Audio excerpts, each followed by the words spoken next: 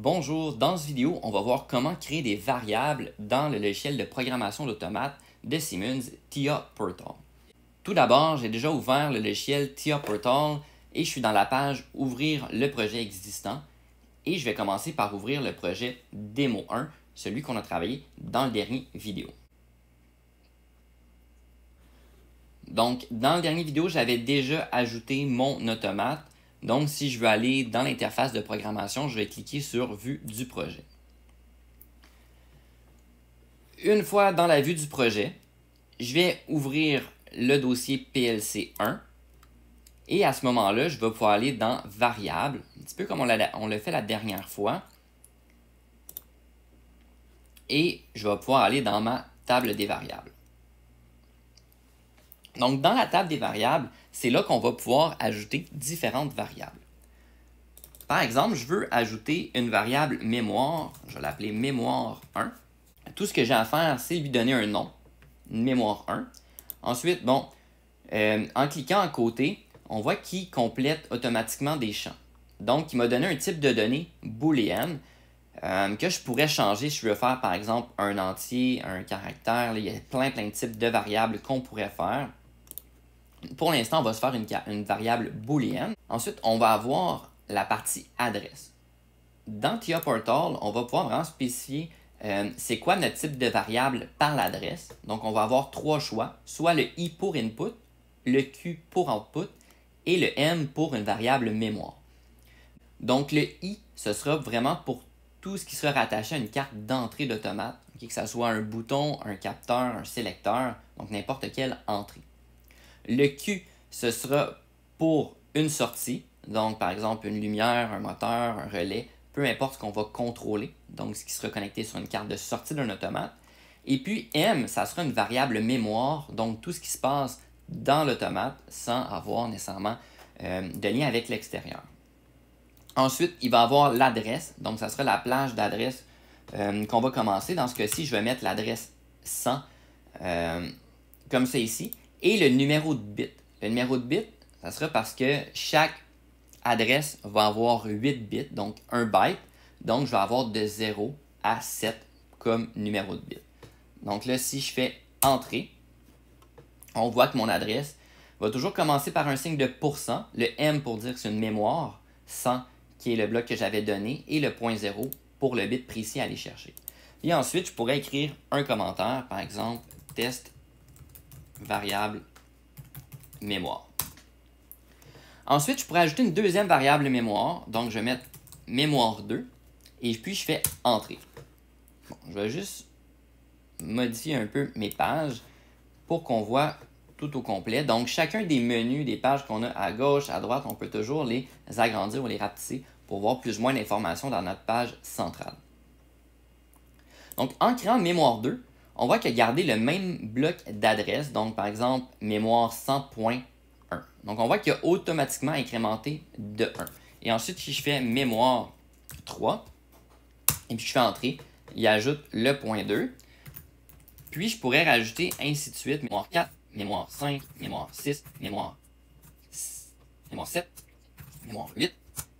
Et si j'en crée une neuvième, mémoire 9, en créant mémoire 9, on voit qu'il a fait le changement en fait de mémoire 100.7 à mémoire 101 parce que les 8 bits de l'adresse mémoire 100 ont été utilisés.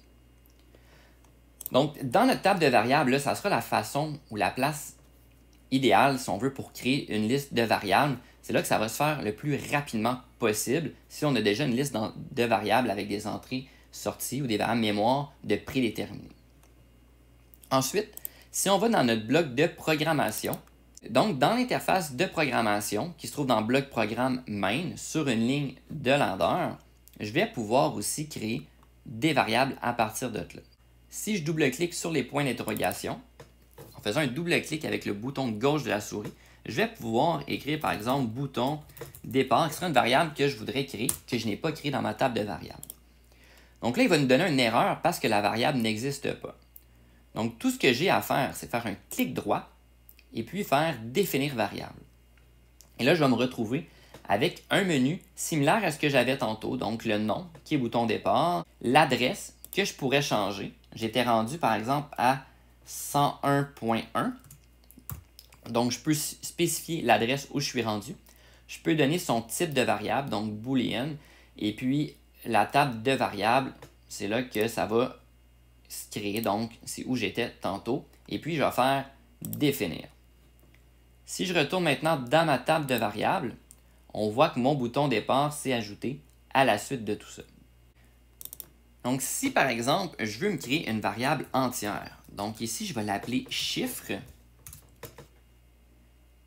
Je vais changer son type pour un entier. Donc, je pourrais écrire int pour integer.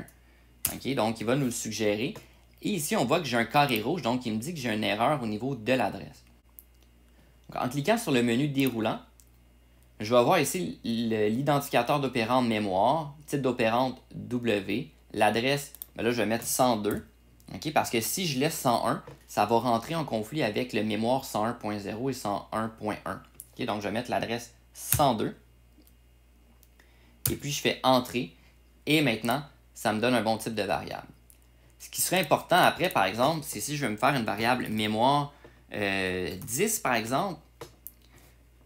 Là, encore une fois, il a incrémenté automatiquement le dernier type qui a été utilisé. Donc, il a fait un entier.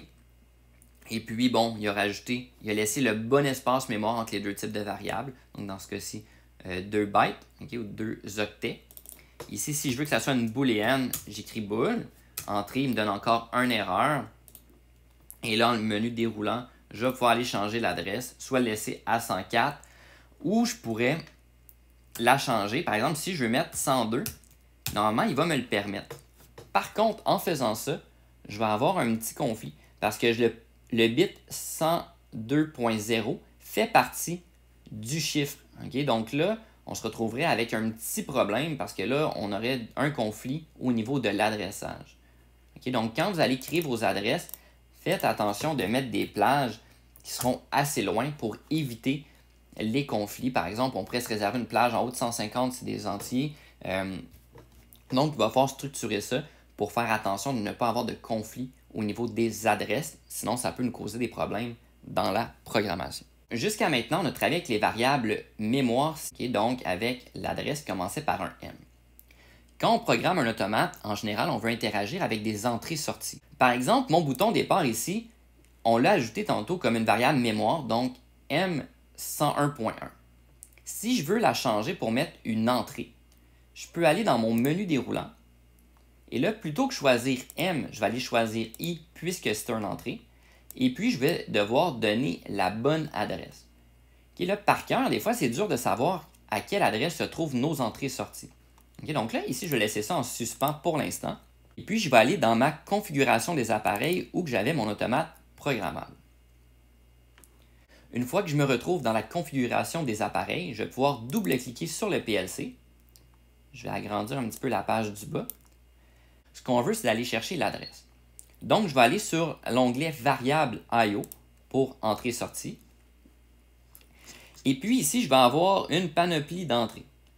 Donc, je vais avoir le int IW64, le int %IW66, le int QW64 et le QW66. Ces variables-là seront nos entrées-sorties analogiques. Nous, ce qui nous intéresse, c'est ce qui est booléen, okay, pour l'instant. Donc, comment ajouter des entrées-sorties digitales. On voit que les entrées commencent à I0.0 et terminent à I1.5. Et mes sorties de Q0.0 à Q1.1. Et on voit que rendu à Q0.7, on change à 1.0, étant donné qu'on a utilisé les 8 bits de l'adresse 0. Donc, je pourrais ajouter une variable ici. Donc, je vais le mettre sur l'entrée 0.1, qui va être mon bouton d'arrêt. Et je pourrais donner un commentaire, un peu comme on le faisait dans l'autre page. Donc ici, on va dire simplement que c'est le bouton d'arrêt, exactement comme on le faisait dans la table de variables. Et si je retourne dans ma table de variables et que je veux prendre mon bouton départ, lui, je vais le mettre à l'adresse 0. Mais là, je vais mettre I, l'adresse 0, 0.0, parce que l'adresse 0.1 est utilisée pour le bouton d'arrêt. Et puis, je fais le petit crochet vert pour compléter. Et puis, ça va sauvegarder mon entrée bouton départ à l'adresse d'entrée i0.0. Je pourrais aussi mettre un commentaire, comme c'est ici, bouton départ.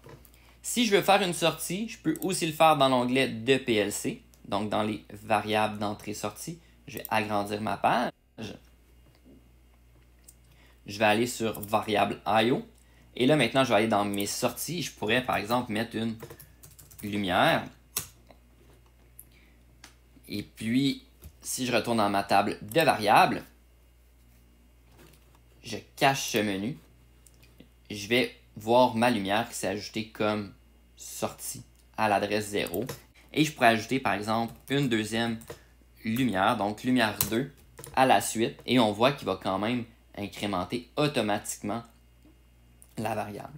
Si, par exemple, je voudrais ajouter une entrée après le bouton d'arrêt, pour un bouton reset, je pourrais faire ajouter une ligne. Ici, si je fais bouton reset, entrée, il va suivre la dernière adresse, donc il va faire i0.2, qui est la suite de i0.1. Okay, donc en naviguant comme ça, vous avez pas mal la base pour pouvoir créer toutes les entrées, sorties et les variables mémoire que vous aurez besoin pour faire votre programmation.